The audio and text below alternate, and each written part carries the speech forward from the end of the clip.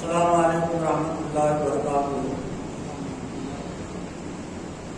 الحمد للہ نحمده ونستعینه ونستغفره ونؤمن به ونتوکل علیہ ونعوذ باللہ من شرور انفسنا ومن سیئات اعمالنا۔ قال اللہ تعالی فی القرآن المجید والفرقان الحمید۔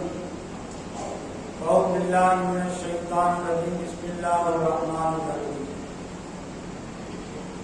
انما المؤمنون اذا ذکر اللہ وجلت قلوبهم واذا تلیت علیہم آیاتہ زادتہم ایمانا وعلی ربہم یتوکلون۔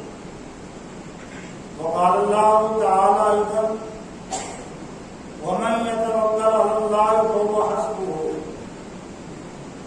وقال ايضا ومن يتق الله يجعل له مخرجا ويرزقه من حيث لا يحتسب۔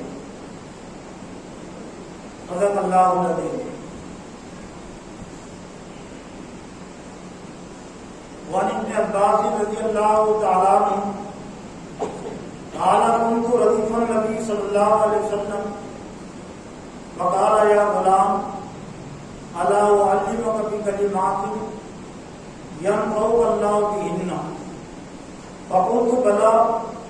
قال احفظ الله يحفظك، احفظ الله تجده امامك، تعرف اليه في الرخاء يعرفك في الشده، واذا سالت فاسال الله، واذا استعنت فاستعن بالله۔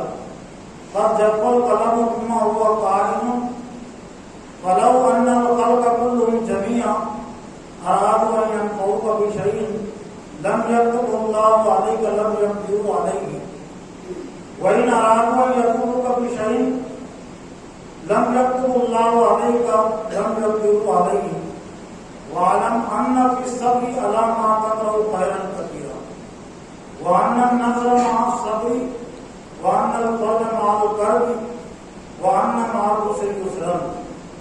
رواه مسند احمد۔ معزز و محترم دینی بھائیوں اور بزرگوں، نوجوانوں، خواتین اور بہنوں، آج کے اس جمعہ کے خطبے میں جس عنوان کے تحت کچھ باتیں قرآن و حدیث کی روشنی میں اپنے لیے پیش کر رہا ہوں، آپ کے لیے پیش کر رہا ہوں، وہ اسلام اور ایمان کا، تعلیم اور تربیت کا بہت اہم عنوان ہے، اور وہ ہے توکل علی اللہ، اللہ پر توکل اور بھروسہ۔ اور اسی سے جڑی ہوئی چیز تدبیر۔ اللہ پر توکل اور تدبیر میں، یعنی انسانی تدبیر میں جو توازن ہونا چاہیے، جو تعلق ہونا چاہیے، یہ توازن اور تعلق ہر مومن پر واضح ہونا چاہیے، علمی لحاظ سے، فکری لحاظ سے، تو پھر یہ تعلق عمل میں تبدیل ہوتا ہے۔ توکل کا لفظ ویسے اردو میں بھی ہم استعمال کرتے ہیں، اللہ پر توکل کرو، میں نے اس پر توکل کیا، میں نے اس پر توکل کیا، لیکن ہے یہ عربی کا اور قرآنی لفظ، اور اردو میں عام فہم لفظ اس کے لیے بھروسہ۔ وَمَن يَتَوَکَّلْ عَلَى اللَّهِ فَهُوَ حَسْبُهُ۔ اور اللہ نے قرآن مجید میں فرمایا کہ جو کوئی اللہ پر توکل اور بھروسہ کرتا ہے فَهُوَ حَسْبُهُ، تو اللہ اس کے لیے کافی ہو جاتا ہے، پھر اور کسی سہارے کی اس کو ضرورت نہیں پڑتی۔ اور سورہ انفال کے شروع میں اللہ تعالیٰ نے سچے اور حقیقی ہدایت یافتہ کامیاب مومنین کی جو صفات بیان فرمائی، تو ان صفات میں ایک اہم صفت یہ ہے وہ علی ربہم یتوکلون۔ اس سے پہلے کی صفات میں انما المؤمنون الذین اذا ذکر اللہ وجلت قلوبہم، بے شک مومنین ایمان والے وہ ہیں کہ جب اللہ کا تذکرہ ان کے سامنے ہوتا ہے یا آتا ہے، اللہ کے نام اور حوالے سے کوئی بات ان کو سنائی جاتی ہے تو ان کے دل ڈر جاتے، پسیج جاتے، پگھل جاتے ہیں۔ وَإِذَا تُلِيَتْ عَلَيْهِمْ آيَاتُهُ زَادَتْهُمْ ایمانا، اور جب ان کے سامنے اس کی آیتوں کی تلاوت کی جاتی ہے، قرآن مجید کی آیتیں پڑھ کر سنائی جاتی ہے تو زادتہم ایمانا، ان کا ایمان بڑھ جاتا ہے۔ منافقین کا ڈر بڑھتا تھا، ان کا نفاق بڑھتا تھا، اس لیے کہ ایمان اور اسلام پر عمل کرنے کے نتیجے میں ان کو مال اور جان کے ضیاع کا خطرہ ہوتا تھا، مشکلات اور پریشانیاں سامنے آتی تھی۔ اس لیے کہ قرآن مجید میں اللہ تعالیٰ نے جگہ جگہ اہل ایمان کے متعلق یہ فرمایا کہ ہم تمہیں آزمائیں گے، تم پر مصیبتیں پریشانیاں آئیں گی۔ تو منافقین کا کردار جو قرآن مجید میں ہے، تو قرآن مجید کی آیاتوں کو پڑھ کر سن کر وہ ڈرتے تھے، گھبراتے تھے، لیکن ایمان والوں کا طرز عمل و کردار کہ اس میں مال اور جان کے ضیاع کا تذکرہ ہے، دنیا کی مصیبتیں پریشانیوں کا تذکرہ ہے، لیکن زادتہم ایمانا، ان کا ایمان بڑھ جاتا ہے۔ اس لیے کہ دین اور ایمان کی خاطر مصیبت اور پریشانی کے نتیجے میں ان پر یہ بات واضح ہو جاتی ہے کہ اس دنیا میں بھی اللہ تعالیٰ ہمیں عزت دے گا، سربلندی عطا کرے گا، اور آخرت میں اللہ ہمیں جنت دے گا۔ وَعَلَىٰ رَبِّهِمْ يَتَوَكَّلُونَ، اور تیسری اور اہم صفت سچے اور پکے مومنون کی، وَعَلَىٰ رَبِّهِمْ يَتَوَكَّلُونَ، اور اپنے رب پر بھروسہ کرتے ہیں، ان کا توکل اور ان کا بھروسہ اللہ پر ہوتا ہے۔ یہ ایک وسیع عنوان اور موضوع ہے، لیکن ظاہر بات ہے کہ مختصر وقت ہوتا ہے خطبہ جمعہ کا، اس لیے کوشش رہے گی میری کہ جو ضروری اور بنیادی باتیں ہیں توکل کے حوالے سے، اور پھر اس کے ساتھ جو تدبیر جڑی ہوئی ہے، جو وسائل اور ذرائع اللہ تعالیٰ نے جوڑے ہیں، تو اس تعلق سے کچھ موٹی موٹی اور اصولی باتیں ہمارے سامنے آئیں۔ اس سلسلے میں اہم اور بنیادی بات یہ ہے کہ اللہ پر توکل یا اللہ کی قدرت پر توکل یہ تدبیر پر حاوی ہے، تدبیر پر بھاری ہے۔ انسان کتنی تدبیریں کر لے، کتنی کوششیں کر لے، اس کی کوششیں محدود ہیں، اور کوششوں پر اور تدبیروں پر یقیناً نتیجہ نہیں ہے، لیکن اللہ پر توکل اور قدرت یہ تمام تدبیروں اور تمام مسائل پر بھاری ہوتی ہے۔ ایک مومن کی ذمہ داری یہ ہے کہ وہ تدبیر اختیار تو کرتا ہے، لیکن خدا سے بے نیاز ہو کر نہیں، خدا سے باغی ہو کر نہیں، خدا کا نافرمان ہو کر نہیں۔ دین اور ایمان کو چھوڑ کر جو تدبیریں کی جاتی ہیں، جو وسائل اور ذرائع اختیار کیے جاتے ہیں، ان وسائل اور ذرائع کے ساتھ اللہ کی مدد اور نصرت نہیں ہے۔ یہ بھی ایک اہم چیز ہے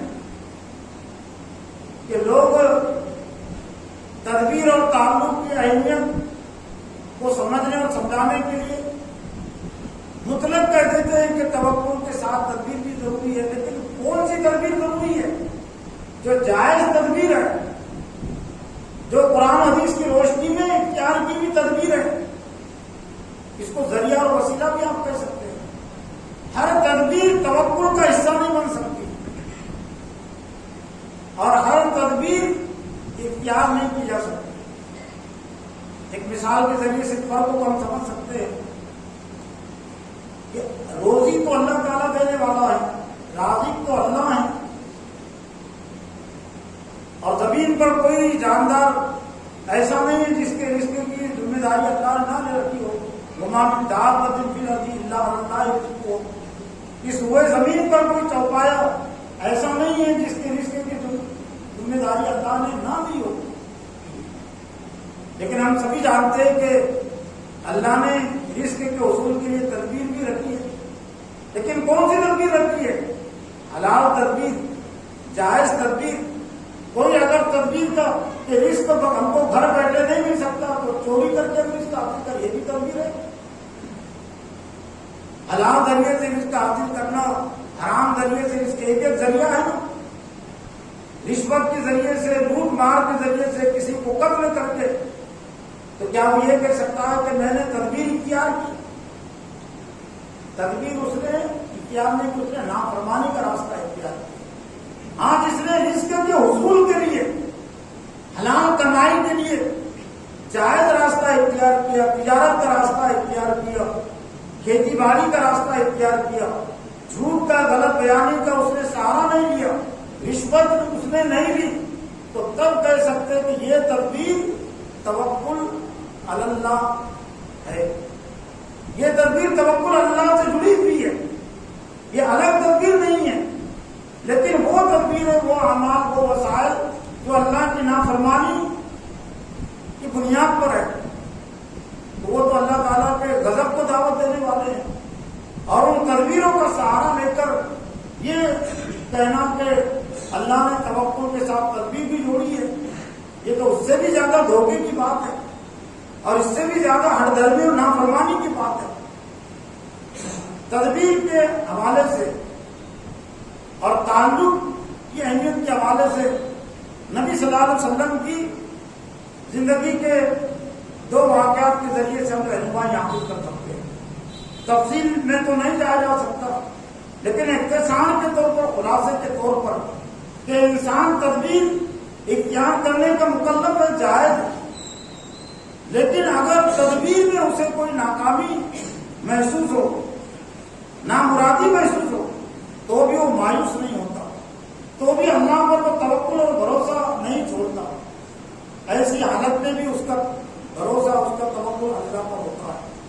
ہجرت کے موقع سے حضرت صلی اللہ علیہ وسلم مشرکین مکہ کی پکڑ سے، ان کی نظروں سے بچانے کے لیے جو کچھ کر سکتے تھے آپ نے کیا۔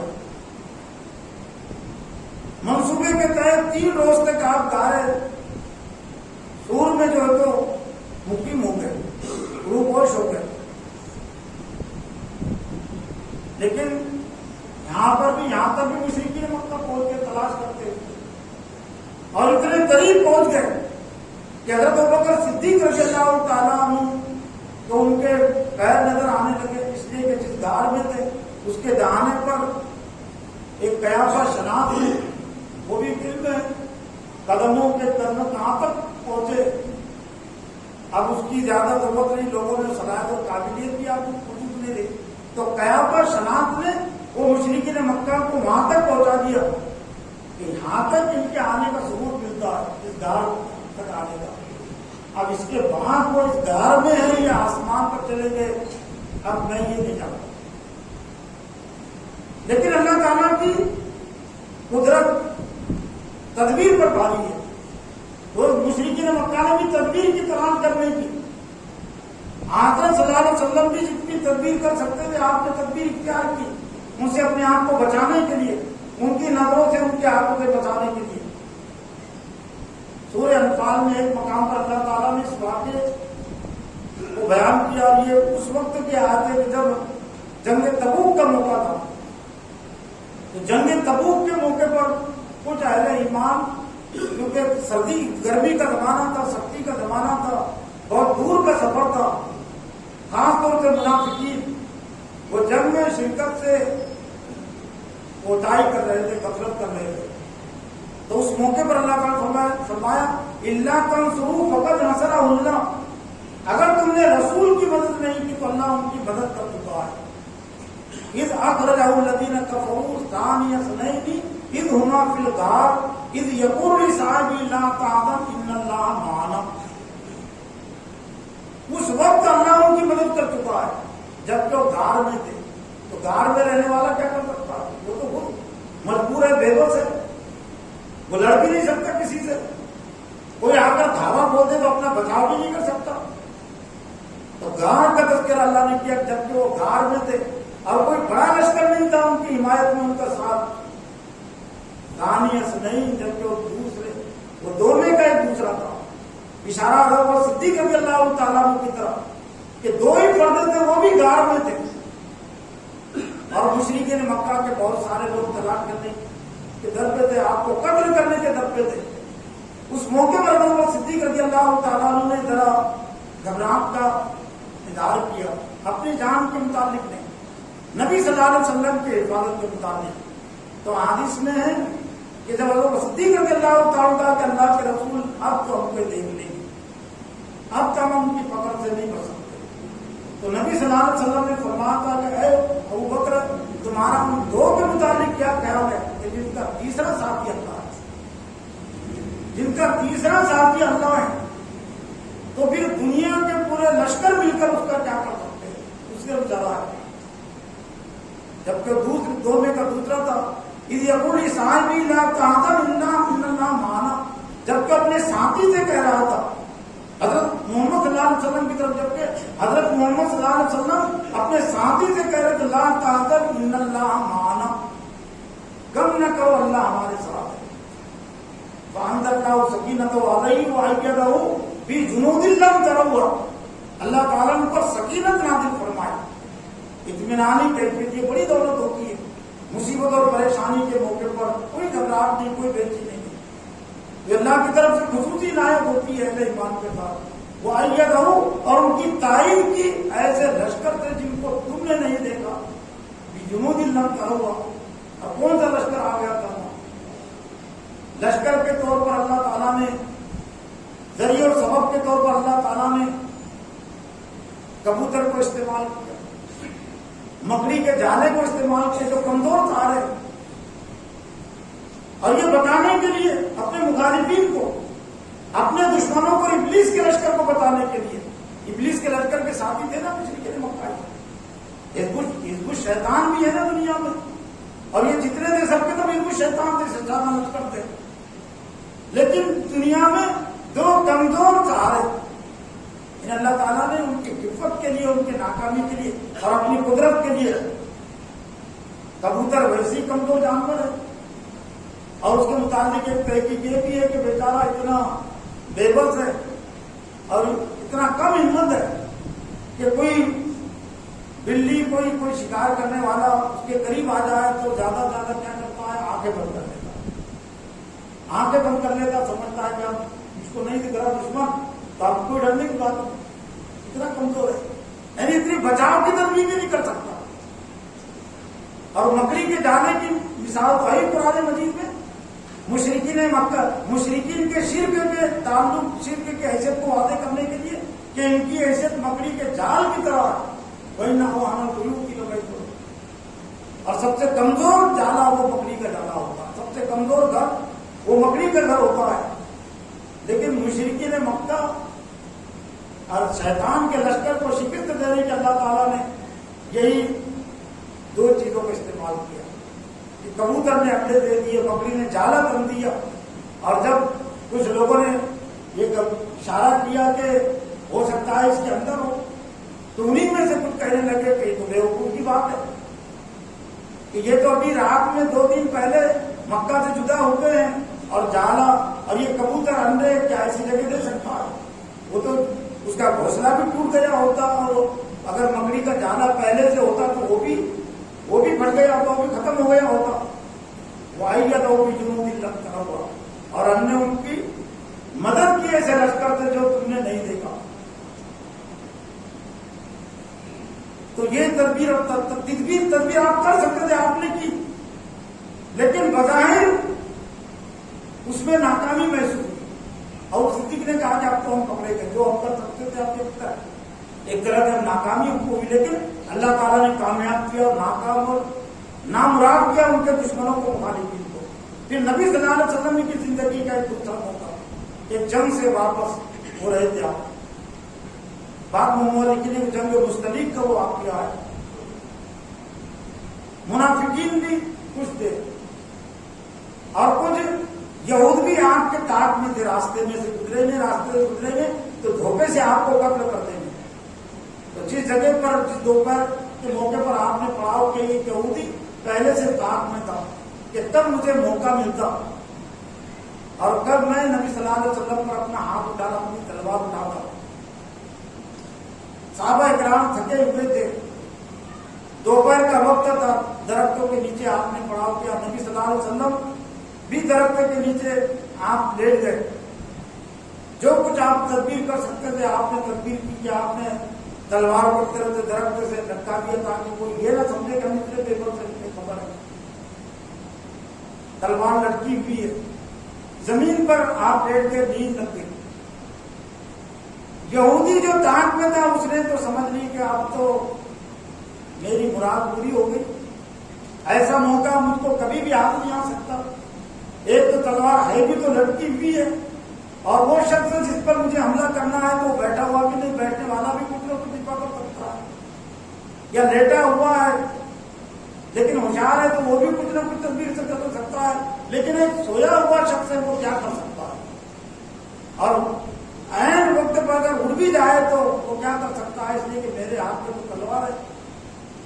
ان کے ہاتھ میں تلوار آنے سے پہلے میں اپنا کام پورا کر دوں گا، ان کا کام تمام کر دوں گا، اپنی ہمت اور اپنی جرأت کے مظاہرے کے طور پر، اور ایک طرح سے خوشی میں کہ میں اپنے منصوبے میں کامیاب ہو گیا، اور نبی صلی اللہ علیہ وسلم کے قتل کا میں نے جو منصوبہ بنایا تھا مجھے اس کو کامیابی ملی۔ اس نے تلوار سوچ کر وہ شخص کھڑا ممبر پر کھڑے ہو کر یہ بات کہہ دینا، چٹائیوں پر بیٹھ کر یہ واقعے کو سن لینا آسان ہے، لیکن منظر کو سامنے رکھ کے، منظر کیا ہے کہ ایک شخص ننگی تلوار لیے ہوئے کھڑا ہے اور وہ زور سے آواز دیتا ہے کہ اے محمد اب بتا مجھ سے تجھے کون بچائے گا؟ اور وہ شخص زمین پر سویا ہوا تھا، آگ اس کی کھلتی ہے اس آواز سے۔ محمد صلی اللہ علیہ وسلم اپنے زبان سے کہتے ہیں لیٹے لیٹے اللہ مجھے بچائے گا، اللہ مجھے بچائے گا۔ وہ تلوار جو سوتے ہوئے تھا اپنے ہاتھوں میں، تدبیر پر توکل، اللہ کی قدرت بھاری ہوتی ہے نا، اللہ تعالیٰ کی قدرت وہاں چلی اور تلوار اس کے ہاتھ سے گر گئی، اور خود اسی کی تلوار لے کر پھر نبی صلی اللہ علیہ وسلم نے فرمایا کہ آپ بتا مجھ سے کون بچائے، مجھ سے تجھے کون بچائے؟ تو وہ کہنے لگا کہ آپ کے علاوہ کوئی نہیں بچا سکتا، اللہ کے رسول نے اسے چھوڑ دیا۔ تو یہ تدبیر اور تعلق ہر ایک مومن کی جو ذمہ داری ہوتی ہے، وہ تدبیر اختیار تو کرتا ہے لیکن اس کا توکل، اس کا بھروسہ وہ اللہ کی قدرت پر ہوتا ہے، اللہ کی ذات پر ہوتا ہے۔ ایک زمانہ ایسا تھا کہ جس میں زیادہ تر لوگ وہ دین اور ایمان کے حوالے سے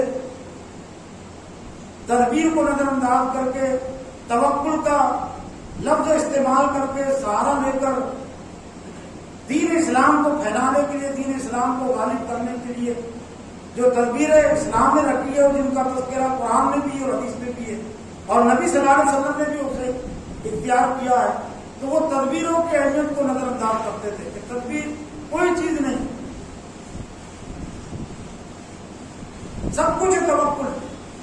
تو یہ توکل بھی نہیں۔ نبی صلی اللہ علیہ وسلم کے دور کے واقعے سے یہ تعلق ہم مزید سمجھ سکتے ہیں۔ ایک صحابی اللہ کے رسول کے پاس آئے، اونٹ پر سوار ہو، ایک سواری پر، اونٹ کی سواری بھی ہو سکتی ہے، گھوڑے کی سواری ہو سکتی ہے۔ تو اللہ کے رسول مجھے اللہ کے رسول میں اس جانور کو، سواری کو ایسے ہی چھوڑ کر اللہ پر بھروسہ کروں یا اسے باندھ کر اللہ پر بھروسہ کروں؟ اللہ کو فرمایا کہ اس کو باندھ دو اور پھر اللہ پر بھروسہ کرو۔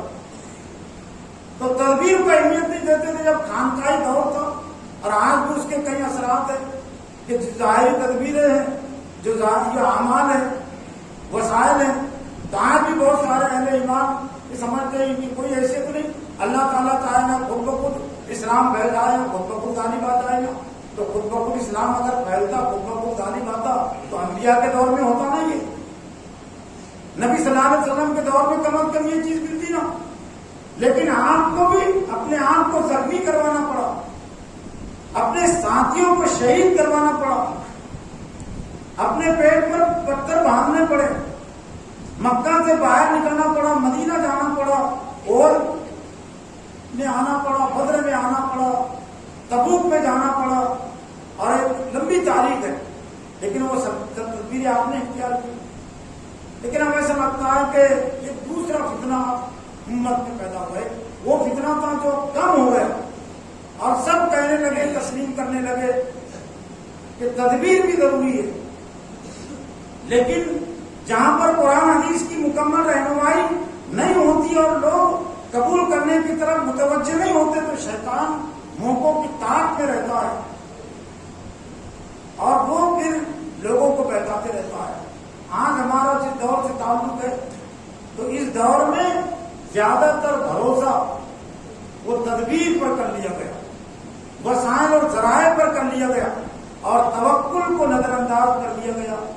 جیسا کہ وہ صوفیہ کے دور میں, خانقاہی دور میں تدبیروں کو نظر انداز کر دیا گیا تھا تو بھی غلامی کے منہ دیکھنے پڑے, تو بھی ذلت و رسوائی زندگی کا حصہ بنی, امت مسلمہ کا مقدر بنی. اور آج جس دور میں ہم سانس لے رہے ہیں, عالمی سطح پر بھی اور ملکی اور مقامی سطح پر بھی توکل کو نظر انداز کر دیا گیا. قدرت اور اللہ پر بھروسہ کوئی چیز نہیں. ہم اپنے ذرائع وسائل کے سب کچھ کر سکتے ہیں. ذرائع وسائل ہی سب کچھ ہے, تدبیریں ہی سب کچھ ہے. آج کے دور میں دو مثالوں کے ذریعے سے یہ بات سمجھی جا سکتی ہے کہ وہ تدبیر جو توکل کے بغیر ہو, جو قدرت پر بھروسے کے بغیر ہو, وہ تدبیر امت مسلمہ کو کامیابی نہیں دلا سکتی, ان کے دشمنوں سے نجات نہیں دلا سکتی. اور اس کی موجودہ مثال ہے پاکستان کی مثال, افغانستان اور فلسطین حماس کی مثال. پاکستان وہ ملک ہے جس کے پاس رجسٹرڈ ایٹم کی طاقت ہے, سب دنیا تسلیم کرتی ہے. لیکن یہ ایٹم کی طاقت توکل اور اللہ پر قدرت کے بغیر ہے. سب کچھ ایٹم کو سمجھ لیا گیا تو پاکستان کو باطل حکمرانوں کی غلامی سے نجات نہیں ملی, سیاسی ذلت اور رسوائی سے پاکستان کو نجات نہیں ملی اور نہیں مل سکتی. ہاں, اس طاقت کے ساتھ اگر توکل کی صفت اور کیفیت بھی اگر ہوتی اس حکومت کے نزدیک, لیکن دور دور تک نام و نشان نہیں, وہ بات بھی نہیں لگی, تو یقیناً اللہ تعالیٰ اس کو کامیابی عطا کرتا ہے. اس کے برخلاف طالبان کے پاس جو افغانستان کا ایک اہل حق کا گروہ ہے, بہت بڑی طاقت اور قوت نہیں ہے. تدبیر کے لحاظ سے, وسائل کے لحاظ سے جو امریکہ کے پاس ہے اور یہ اقوام متحدہ کے پاس ہے, جو 50 ممالک کے پاس جو طاقت اور قوت تھی, جو وہاں گئے تھے شکست دینے کے لیے, اس کا 10واں حصہ 20واں حصہ 1% بھی طاقت اور قوت. جو کچھ ہے انہوں نے تدبیر اختیار کی, لیکن تدبیر کو انہوں نے سب کچھ نہیں سمجھا. توکل اور اللہ کی قدرت بڑی چیز ہوتی ہے.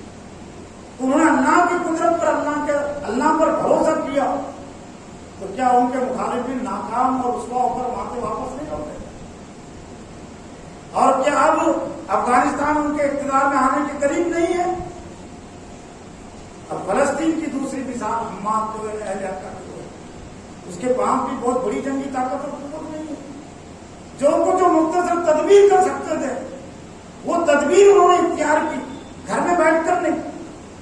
نہ افغانستان کا اہل حق کا گروہ گھر میں بیٹھا ہوا ہے, کوئی اگر سمجھتا ہے کہ گھر میں بیٹھ کر مسجدوں کی دعاؤں سے یہ سب چیزیں حل ہو جاتی ہے تو یہ بھی غلط فہمی کی بات ہے, یہ بھی توکل کے خلاف ہے.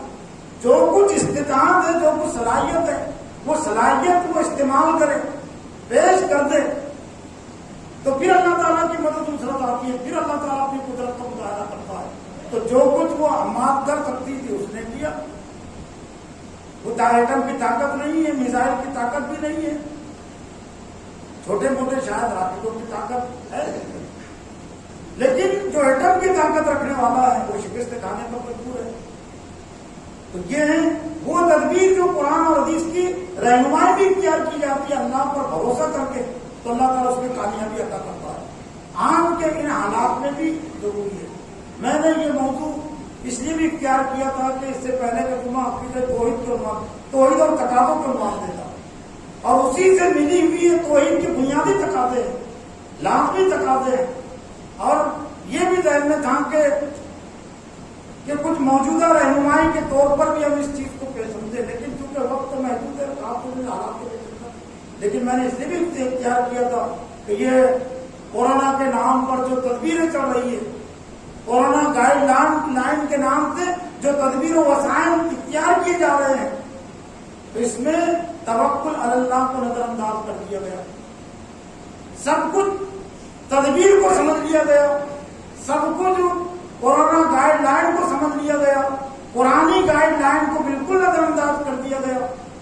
بیماریاں کس لیے آتی، کس وجہ سے آتی ہے، ان کا سبب کیا ہوتا ہے، مقصد کیا ہوتا ہے، اللہ کی طرف کوئی رجوع نہیں، اور زیادہ سے زیادہ اس دور میں بھی بس یہ کی جا رہا ہے کہ اس سے ہم اس وقت بچ سکتے ہیں کہ حکومت کی جو گائیڈ لائن ہے کورونا کے مطابق اس پر مکمل طور سے عمل کرے۔ تو پھر سوال پوچھا جا سکتا ہے نا کہ 100% جو کورونا گائیڈ لائن پر عمل کر رہے ہیں پھر ان کی موتیں کیوں ہو رہی ہے، وہ بیماریوں میں مبتلا کیوں ہے؟ بلکہ دوسری لہر کے متعلق یہ بھی دیکھا گیا، میرا ذاتی مشاہدہ ہے، کیونکہ دورے بھی ہوتے، سفر بھی ہوتا ہے، ملاقاتیں بھی ہوتی ہے لوگوں سے بھی اور براہ راست ان سے بھی، اور آپ کا بھی مشاہدہ ہوگا کہ جو پہلی لہر میں بہت زیادہ اپنے آپ کو محفوظ رکھتے تھے، بہت زیادہ ڈرتے تھے، دوسروں کو ڈراتے تھے، تو انہوں نے تو محفوظ رہنا چاہیے تھا نا۔ پھر عمر کھیڑ کے میرے دوست جماعت اسلامی کے راحت انصاری، ان کے والد روشن انصاری صاحب کا انتقال ہوا، اسی شور والے مرد میں ان کو ڈالا گیا تھا۔ تو جب ملاقات ہوئی تھی 8-10 روز پہلے، تو انہوں نے کہا کہ میرے والد محترم کو ہم نے کانچ کی طرح رکھا، کانچ کا لفظ انہوں نے استعمال کیا کہ کانچ کی طرح ہم نے رکھا، اور جو عید کی نماز آئی تھی گزشتہ ہم نے ادا کی جیسے تیسے، لیکن ہم نے والد کو باہر نہیں نکلنے دیا، اور والد افسوس کرنے لگے۔ تو پھر میں نے پڑھ کے آنے کے بعد اطمینان دلانے کے 2 دن ہم کھڑے ہوئے، کہا کہ ہم آپ کے ساتھ عید کی نماز پڑھ لیتے ہیں، تو پھر نہیں ہونا چاہیے تھا نا۔ قدرت بھی تو کوئی چیز ہے نا، اگر ہے بھی تو بیماری اور شفا اللہ کی طرف سے ہوتی ہے نا۔ جو کچھ ہم کر سکتے تھے کرنا چاہیے۔ یقیناً بیماریوں کے حوالے سے اسلام کا موقف یہ ہے کہ نافرمانی کے نتیجے میں، اللہ کے بغاوت کے نتیجے میں جو بیماریاں پھیلتی ہیں ان کے لیے عذاب کا ذریعہ ہے، اور اللہ کی اطاعت اور فرما برداری کے نتیجے میں جو مصیبتیں پریشانیاں آتی ہیں ان میں بیماری ان کے لیے آزمائش کا ذریعہ ہے۔ مسجد میں باغ و سراؤں میں یہ چیز بھی شامل ہے، لیکن اس سلسلے میں اہم جو ہدایت ہے صدقہ تو تطفئ غضب ربی وترفع سوء الموت، کہ صدقہ اللہ کے غضب کو ٹھنڈا کرتا ہے۔ صدقہ صرف مالی خرچ نہیں ہے، کہ رمضان میں صدقے کے عنوان سے بہت ساری احادیث آئی، تو جتنے نیک اعمال ہیں وہ سب صدقے میں آتے ہیں۔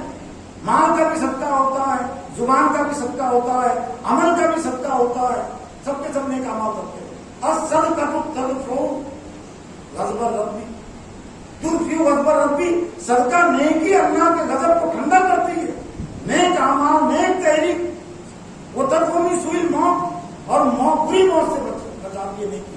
تو اگر کورونا میں مرنا بری موت ہے تو بری موت سے بچنے کی تدبیریں یہ صرف وہ انجیکشن نہیں ہے جو حکومت نے تیار کی ہے، اور وہ پالیسی نہیں ہے جو کورونا کے نام سے چل رہی ہے، کچھ قرآنی پالیسی کی طرف بھی آنے کی ضرورت ہے، کچھ خدائی ہدایات کی طرف بھی آنے کی ضرورت ہے، اور امت کو متوجہ کرنے کی ضرورت ہے۔ تو محترم حضرات ضرورت اس بات کی ہے، صرف وہ بات رہ گئی جو حدیث میں نے پڑھی تھی، اور تقریباً اس میں 11 ہدایتیں ہیں جو اس عنوان سے تعلق رکھتی ہے، کوئی کے عنوان سے تعلق رکھتی ہے، توکل علی اللہ کے عنوان سے تعلق رکھتی ہے، لیکن پھر بھی میری یہ تجویز رہے گی، اور پھر ایک طرح سے میرا ایک وعدہ بھی رہے گا کہ آئندہ کسی جمعے میں ضرور یہ جو 11 ہدایت اس حدیث میں اپنے آپ پر اس کو پیش کروں گا، اور آپ پر بھی پیش کروں گا۔ اللہ تعالیٰ سے دعا کہ اللہ تعالیٰ مجھے اور آپ کو دین اور ایمان پر عمل کرنے اور توکل اور تدبیر میں جو تعلق اللہ نے رکھا ہے، جو توازن رکھا ہے، اس کو سمجھنے کی توفیق عطا فرمائے۔ دعا کو دعوانا